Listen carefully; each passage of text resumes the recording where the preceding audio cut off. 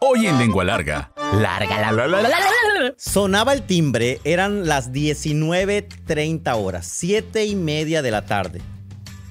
La noche ya estaba por cubrir completamente todas las calles de la ciudad y yo salía con el pecho agolpado, lleno de lágrimas, bajaba las escaleras y tomaba el primer camión, ¿sí?, que me llevaría a mi cita con la tristeza de todos los días. A pesar de los 10 centímetros promedio que mide una lengua humana, todos somos lenguas largas. Nos encanta el chisme, nos gusta contar historias. ¿Y qué mejor? Aquellas que hablan de comida. Donde la lengua es parte importante de la deglución, masticación y sentido del gusto. Esto es Lengua Larga, el podcast donde el chef Juan Ángel te cuenta historias de cocina, consejos y recetas. ¡Comenzamos! ¿Cómo están, Lengua Largas? Los saluda de este lado otro Lengua Larga y me da mucho gusto, como se los repito en cada emisión, que hay más personas que se aceptan como tal. Y les quiero recordar por qué se llama así este podcast, porque a lo mejor muchos no han escuchado el primero, y se los quiero recordar porque mi mamá me llamó la atención respecto a algunos datos que ella llamó imprecisos de la emisión pasada. Lo que sí les quiero asegurar es que la historia que se narra sí sucedió. La que narro en todos los episodios sí sucedieron. Todas las historias. Lo importante, que es la moraleja, por supuesto, que a mí me permitió acercarme más a la comida, a una experiencia, al conocimiento y alejarme de la ignorancia. Y la receta que les platico también existe. Pero hay datos que uno va poniendo para hacer más amena esta conversación, como ustedes también lo hacen cuando van y mitotean acerca de algo con su vecina o su mamá o etcétera, que le pone salsa a los tacos. Y por eso se llama Lengua Larga. Aun cuando el podcast 86% más o menos es real, me atrevo a decir que se llama Lengua Larga por ese 14% que se trata de la emoción, como las películas de Disney, pues, ¿no? Bueno, en ese caso, pues no son ciertas. Pero bueno, iniciamos. ¡A picar cebolla! Lengua larga, Sonaba el timbre y eran las 19:30 horas, 7:30 de la tarde.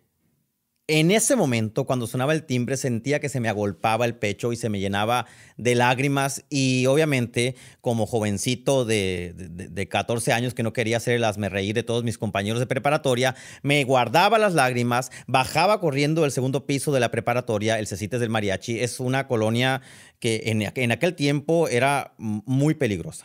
Sé que ahorita no es tanto. Era tan peligrosa que el primer día que llegué a la preparatoria me asaltaron, ¿no? Sin embargo, en esa colonia sucedieron unos de los 3, ¿sí?, años que puedo clasificar como los mejores años de mi vida. En la preparatoria recién llegado del pueblo.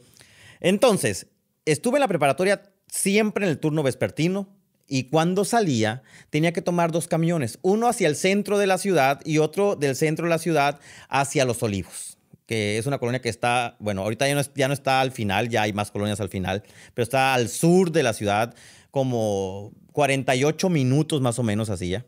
Los medía casi siempre y todos los días de lunes a viernes. 48 minutos de la parada del camión de la preparatoria hasta la casa donde me asistían. Y cabe aclarar que eran 48 minutos y el camión pasaba rápido, ¿eh? Entonces bajaba corriendo.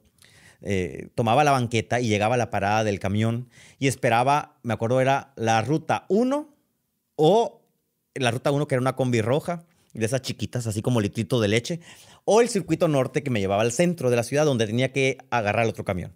Exactamente, el camión me dejaba donde tenía que transbordar para agarrar el otro, que era la ruta 8 o Ley 57, sí. Y ahí, donde me bajaba, enfrente había una caseta de Ladatel. ¿Sí?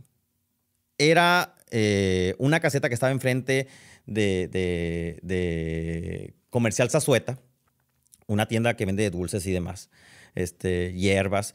Y ahí, ¿sí?, me paraba, hacía fila.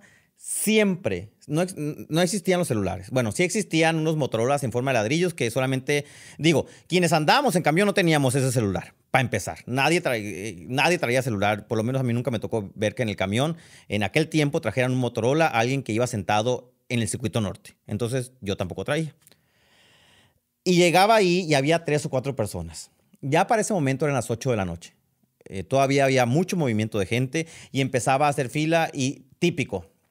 No entraba la tarjeta de la señora enfrente, le metía la tarjeta, una tarjeta de chip como las bancarias, por si hay algún centennial que está escuchando el podcast, era una tarjeta como las bancarias, las de crédito, débito, que tienen un chip, se insertaba en una ranura en el teléfono y ya te daba tono.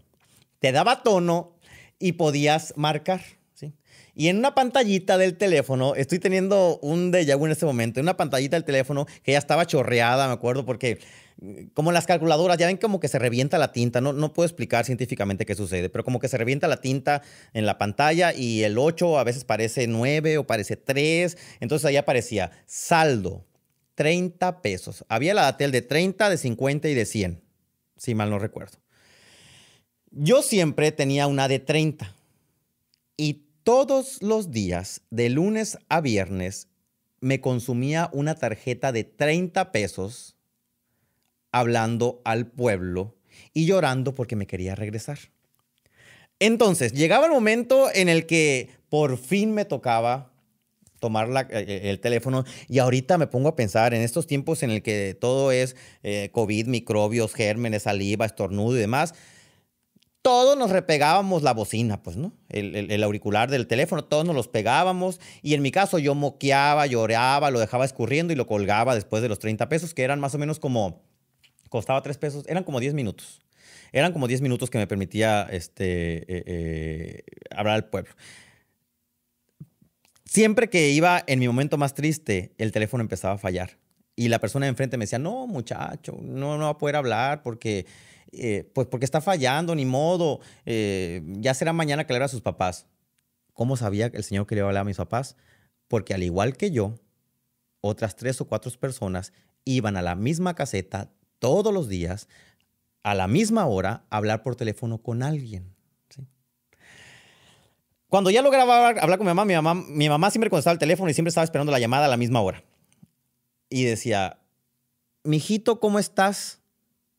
Y en ese momento empezaba a llorar. Y lloraba y lloraba y decía que me quería regresar al pueblo. Mi mamá nunca se doblegó. Sí se le escuchaba como un... Pero nunca era ese llanto de María Magdalena en escena de película de la crucifixión. Esa era yo. Dejaba empapado, salía empapado con los ojos rojos y luego me subía al camión. Y me acuerdo que el camión hacía de ahí del centro 40 minutos más o menos hasta la casa donde vivía. ¿Sí? En la casa donde vivía siempre me esperaba Yesenia. A revolver los frijolitos. ¡Lengua larga! Yesenia es el momento en que no logro ponerle un adjetivo que me relacione con ella, porque era como mi hermana, era como mi mamá en ese momento. Durante su niñez le había ayudado a mi mamá a cuidarnos en el pueblo, era la vecina del lado derecho. El caso es que ella es más grande que yo, se casó, su esposo se fue a trabajar a otro lado, vivía sola y me dijo, pues vente a vivir conmigo mientras te vienes a estudiar la preparatoria. Y ahí era donde sucedía una chispa de magia que a mí me retuvo en Hermosillo. ¿Sí? Después de llorar todos los días de lunes a viernes y cuando llegaba a la casa, había algo que a mí me hacía conectar los pies con la tierra de Hermosillo, que es muy diferente a la del pueblo, y era que Yesenia era una excelente cocinera. ¿Sí? Había heredado todas las técnicas, todo el sazón de mi nana Beba, su mamá, que también vivieron en el pueblo. Entonces, todas las noches, Yesenia preparaba una cena que consistía en lo siguiente. Era pollo frito. A cada uno nos tocaba, bueno, vivíamos ella y yo, nos tocaba un piernil completo, es decir, el muslo y el piernil, ¿no? O sea, toda la pieza completa, toda la anca completa. Lo freía en aceite con mucha sal y mucha pimienta. El pollo picaba muchísimo porque tenía mucha pimienta. Y hacía una ensalada, que esa ensalada tenía lechuga como base, lechuga bola, y tenía chile verde tatemado. Fue la primera vez en mi vida que probé una ensalada que tuviera chile verde tatemado, pepino y rábano a la vez. Y después me van a decir, ¿y qué receta nos vas a dar ahora si ya no la estás dando? No, esa no va a ser la receta de hoy. Y tenía, además, aguacate, que no era tan caro en aquel momento, tenía mucho aguacate, me acuerdo. Y nos ponían, y ponían en los platos frijoles. Unos frijoles guisados, que los guisaba una vez a la semana, los ponía en botes y luego los calentaba. Y los frijoles tenían una particularidad. Estaban ahumados. Algo no hacía mal, algo no hacía bien. Y eran los frijoles. Todo lo demás lo hacía muy bien. Pero los frijoles siempre se le ahumaban. Entonces, cuando servía los frijoles, siempre tenía como pedacitos negros flotando, porque al momento de raspar el sartén en el fondo, que ya que se estaban pegando los frijoles, levantaba la costra esa, que tenía a lo mejor un pedazo de peltre y de teflón ahí añadido, y pues se quedaban los frijoles, pero ella ya se había dado por vencido, entonces los frijoles en esa casa se comían ahumados. Los primeros meses yo me acuerdo que lo hacía a fuerzas, así como que, bueno, le voy a echar más salsa, un chorro más de salsa, le voy a echar más queso para que no sepan, pero después me acostumbré. Me acostumbré al grado de que si ahorita voy a un buffet, que es donde generalmente me tocan los frijoles ahumados, si voy a un buffet, disfruto los frijoles ahumados. Y es ahí donde vuelvo a repetir, válgame la redundancia, donde repito aquello que les he platicado. Es cuando la comida hace conexión con nuestros recuerdos y nos permite disfrutarla. Y en este caso, disfrutarla aún cuando está mal hecha. ¿Sí? Pero bueno, después de todo eso, Yesenia servía el postre. Y ahí viene la parte importante. El postre era un tazón de yogur.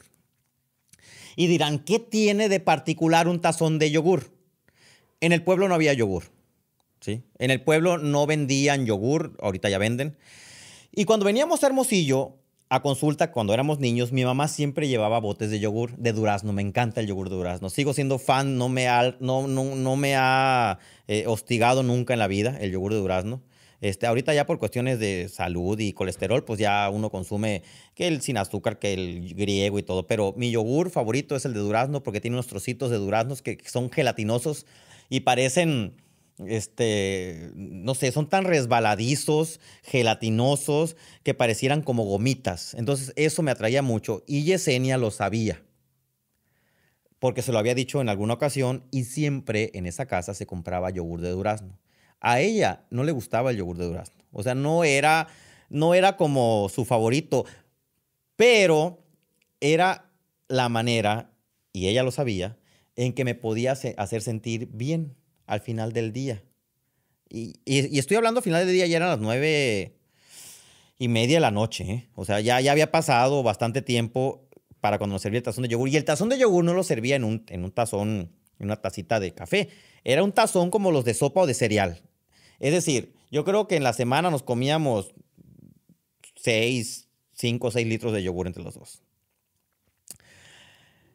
Y esa tazón de yogur, después de los frijoles ahumados, con el pollo y esa sensación de estar en casa de asistencia, pero a final de cuentas con sentido de hogar, fue lo que terminó combatiendo esa tristeza que generaba el que yo me hubiera venido a estudiar a fuerzas, porque me vine a estudiar a fuerzas. Yo no quería, de hecho sigo siendo faldilludo, no al grado de quererme regresar al pueblo. Bueno, sí, espero mis últimos años de vida pasarla allá. Pero sí era una persona muy apegado a las enaguas de mi mamá. Siempre he dicho que el yogur fue el pañuelo que enjugó mis lágrimas durante los primeros meses, desde junio, que empezó el propedéutico para entrar a la preparatoria, hasta noviembre, porque yo no regresé al pueblo durante todo ese tiempo. Mi papá dijo, hasta que sea tu cumpleaños vas a regresar al pueblo. Te tienes que acostumbrar para que no estés viniendo cada fin de semana como la mayoría y aquí se la llevan y no avanzan, ¿sí? Métete a hacer otras cosas el fin de semana para que aprendas cosas nuevas. Haz las tareas, lee, haz otras cosas, pero no te regreses al pueblo para que te acostumbres y decía, para que te hagas un muchacho de ciudad. No sé si lo logré en algún momento, pero sí funcionó y cuando regresé al pueblo en mi cumpleaños yo ya había detenido ese llanto y el paño con el que había enjugado ese llanto fue el yogur y fue porque había una conexión entre ese momento en el que mi mamá me compraba yogur cuando veníamos a Hermosillo, nos llevábamos el bote, los litros a la casa y ahí pues lo disfrutaba. Imagínense, Es como cuando ustedes están fuera de su terruño, ¿sí? Y me voy a dirigir a aquellas personas que a lo mejor son de Sonora y que viven en Ciudad de México, en Guatemala, en Canadá o en otro país europeo, y que de repente se encuentran una taquería que hace una tortilla de maíz con ese sabor característico del maíz nixtamalizado y le dan la mordida y sienten que su corazón se estremece porque esos tacos los consumían a lo mejor en una festividad en su casa, en la carreta que estaba contigua a su colonia. Y eso mismo sucedía cuando yo paladeaba el yogur, ¿sí? Se convertía en un remanso de paz porque comía el yogur y me acordaba que mi mamá nos consentía con eso cuando veníamos a Hermosillo, ¿sí? Además de la nieve que les platiqué la emisión pasada. Y nos llevaba yogur para que lo pudiéramos seguir disfrutando en el pueblo. Y obviamente se acababa y quizás regresábamos a Hermosillo hasta en un mes y hasta en un mes íbamos a poder volver a comer yogur, ¿sí? Porque tampoco era como que se podía llevar mucho yogur en el camión con 6 horas en verano. Y no había hielera que soportara eso. Entonces, así fue como empezó un amor por el yogur que cada vez se fue, y yo digo perfeccionando, porque cada vez quise tener yogures más ácidos, ¿sí? Más fermentados. Y cuando empecé a querer yogures más ácidos fue que descubrí la palabra fermento. Y la receta que les voy a dar hoy, sí, es para hacer yogur. Échale queso. Lengua larga. Y en alguna ocasión llegué al consultorio de mi gastroenterólogo y me dijo, yo creo que tienes que empezar a comer más comida que esté fermentada, que le va a ayudar a tu estómago. Me dijo, los fermentos se crearon en Oriente no nada más por una cuestión gastronómica, sino que es una cuestión medicinal, ¿sí? Entonces, tienes que empezar a comer, de preferencia, yogur hecho con búlgaros. Y yo me imaginé búlgaros, unos hombrecitos chaparritos. No es que yo sea muy alto, mido casi unos 70, por no decir unos 68. Unos hombrecitos chaparritos con sombrero, bailando como si fueran rusos. Era como mi... geográficamente soy muy malo. No me van a decir que Bulgaria no está en Rusia. No estoy diciendo que está en Rusia, pero era mi imaginación, eso es lo que me daba. Entonces le dije, ¿y dónde voy a conseguir esto? Mi secretaria los vende. Entonces salí con la secretaria y me dice, muy bien, mire, joven, lo veo en la casa, en la colonia San Luis. La colonia San Luis es una colonia que está al oriente de Hermosillo, salida a Nogales, ¿sí? Y que está frente al ferrocarril. Entonces subí unas cuestas, son unas lomas, una serie de lomas esa colonia. Y llegué a la casa y tenía frascos eran vitroleros como los de las aguas frescas, como las de aguas de Jamaica, limonada, etcétera, llenos de búlgaros. ¿Y cómo se veían? Los búlgaros se ven como cuajo, se ven como leche cortada, ¿sí? Es porque son muchos bolitas, son muchas bolitas y son una comunidad microscópica de bacterias. Son bacterias y las bacterias estas son las que generan el yogur. Entonces, paso número 1. Tienen que buscar los búlgaros. No se me espanten, ¿eh? O sea, es algo parecido a la levadura, ¿sí? La levadura se come el azúcar y sus explosiones, que son sus flatulencias o sus peditos, son los que generan las burbujas en la masa. En el caso del yogur hay un parecido muy importante. Los búlgaros, estas bacterias microscópicas, se comen la lactosa y la convierten en ácido láctico, ¿sí? Y ese ácido láctico es lo que acidifica la leche y le da la sensación de yogur y la cuaja, ¿sí?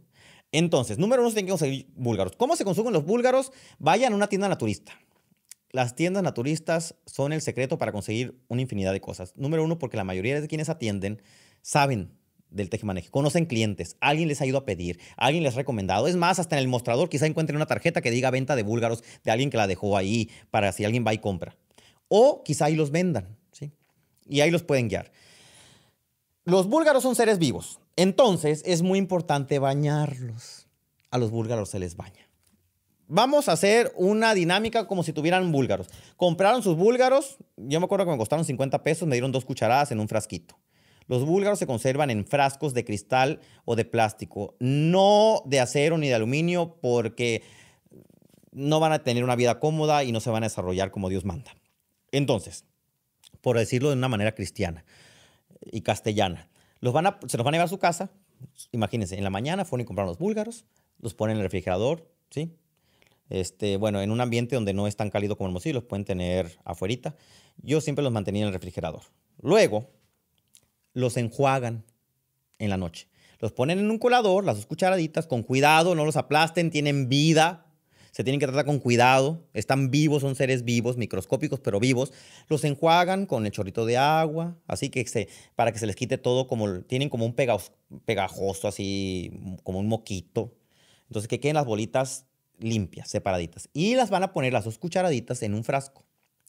En ese frasco van a verter 1 litro de leche, de preferencia entera, ¿sí? También funciona con la light. Con la almendra ni se les ocurra. La de soya menos.